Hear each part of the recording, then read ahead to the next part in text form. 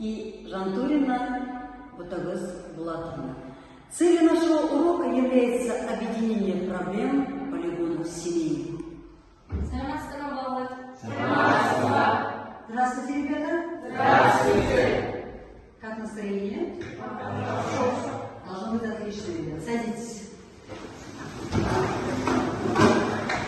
Ребята, у нас сегодня необычный урок, так как мы решили соединить историю с русской литературой.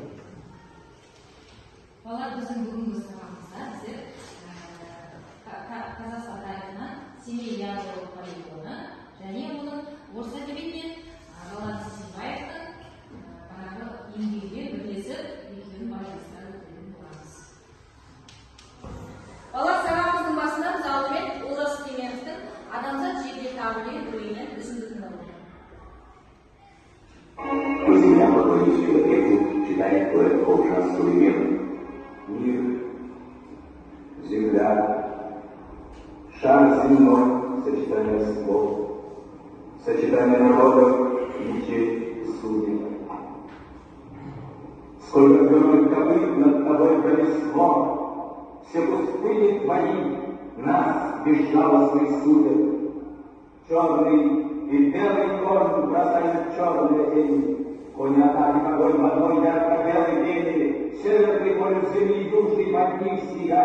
Как разделить огонь, тени раскрасить как? Ты рожден в стране, где живут воедино сейчас без света, есть восток, и запад, и север в стране поэтов. Есть края, где не знают обычных сибирских морозов, есть края, где не знают равенства зной. Бастау үшін төрт тобымыздан бір оқушы келіп, жұмысымыздың барысы жөнінде танысу үшін әрбір топқа беретін тапсырманы ала қояйық. Келіңіздер. Келіңіз.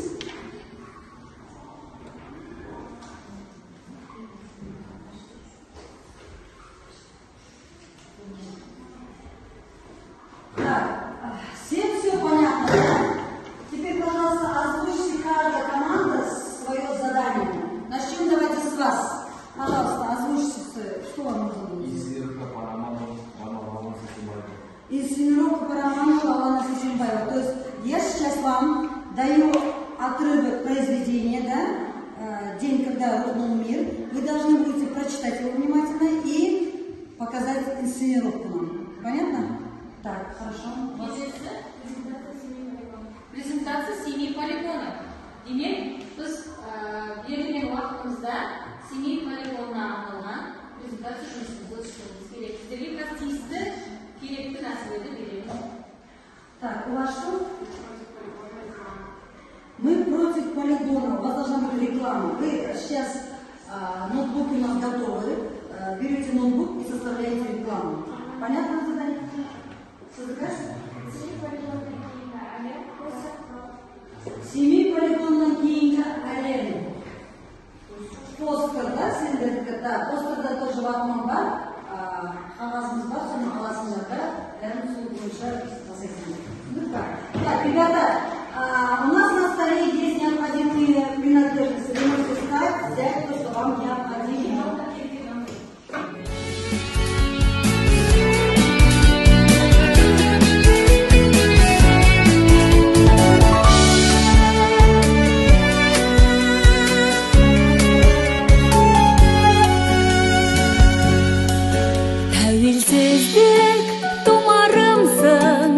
Қазаққа тәңір өзі тарту еткен, бәйтерегім, шырағымсың, басына бақ қонған елім көркем. Қазақстан, Қазақстан, жаса менің ұлы далам мәңгі. Қазақстан, Қазақстан, мақтанышпен арнадым мен әнді. Қазақстан, Қазақстан, жаса менің ұлы далам мәңгі. Қазақстан, Қазақстан.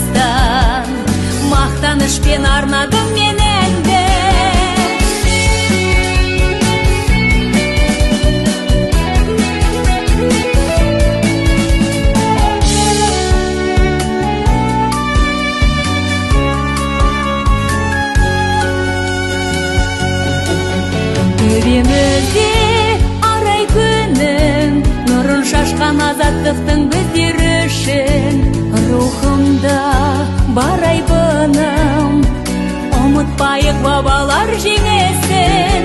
Қазақстан, Қазақстан, жаса менің ұлы даламмен. Невада семей полигоны. Семей полигоны КСР ядролық сынақ полигондарының бірі. Аса маңызды стратегиялық объектісі болды. КСР заманында Қазақстан аумағында атом бомбаларына сынақтар жүргізілді. Ол үшін арнайы 38 миллион ақша жер бөлініп, семей полигоны ашылды. Онда арнайы бомбаларға сынақтар жүргізілді және де бастапқысында ол адамдарға, ата-аналарға және де табиғатқа үлкен зардабын тигізді. Сынақ аймағында 1949 жылы 1989 жылдар аралығында 456 әртүрлі бомбалар жатты. Семей полигонында бомбалардың кесірінен көптеген аурулар, тамақ аурулары, түрлі аурулары көптеген болды. Жалпы біздің диаграммаға сәйкес Семей облысы, Ақмола ауданы және Қарағанды, Павлодар облыстарының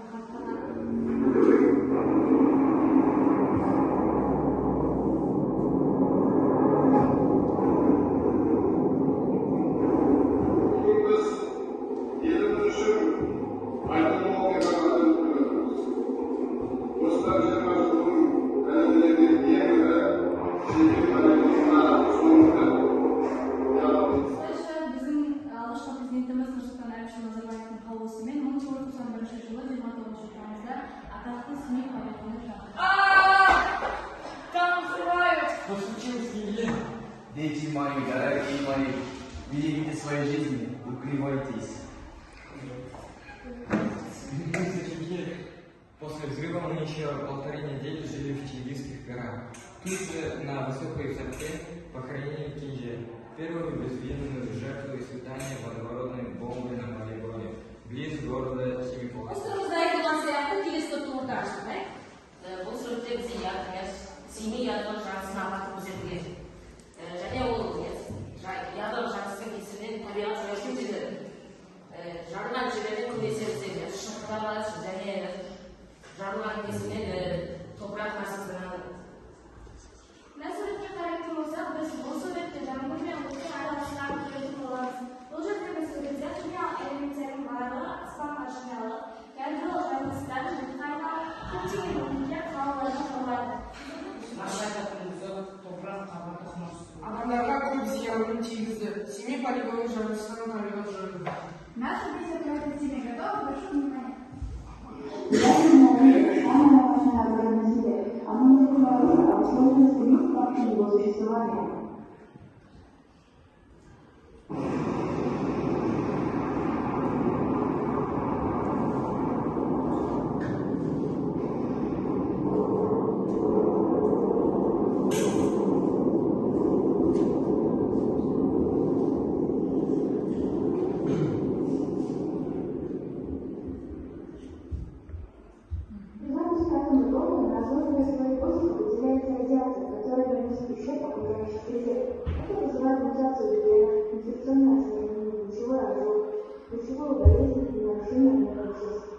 В наше время число ядерных боеголовок в мире около 15 тысяч, и 93% из них приходится на РФ и США.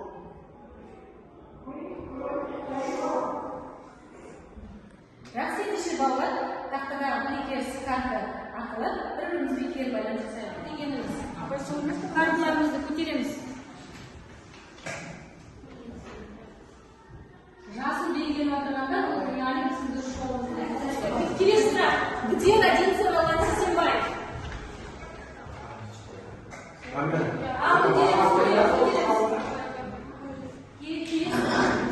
родился Володя Сисимбаев? 80%-ға біз дұрыс жауап береміз. Көрдіңіз бе? Отчетта суретте бейнеленген баяғы жарылыстың суреті берілгеніне бізде 75% в жауабын белгіленеміз. Тамаша. Тек қана Абу-Бакыр бір оқушы ғана қателеспейді. Ребята, сегодня мы неплохо поработали. Спасибо вам большое. На этом урок закончен. Балалар, тамаша жұмыс жасадық деп ойлаймын. Рахмет сіздерге. Сабақ аяқталды.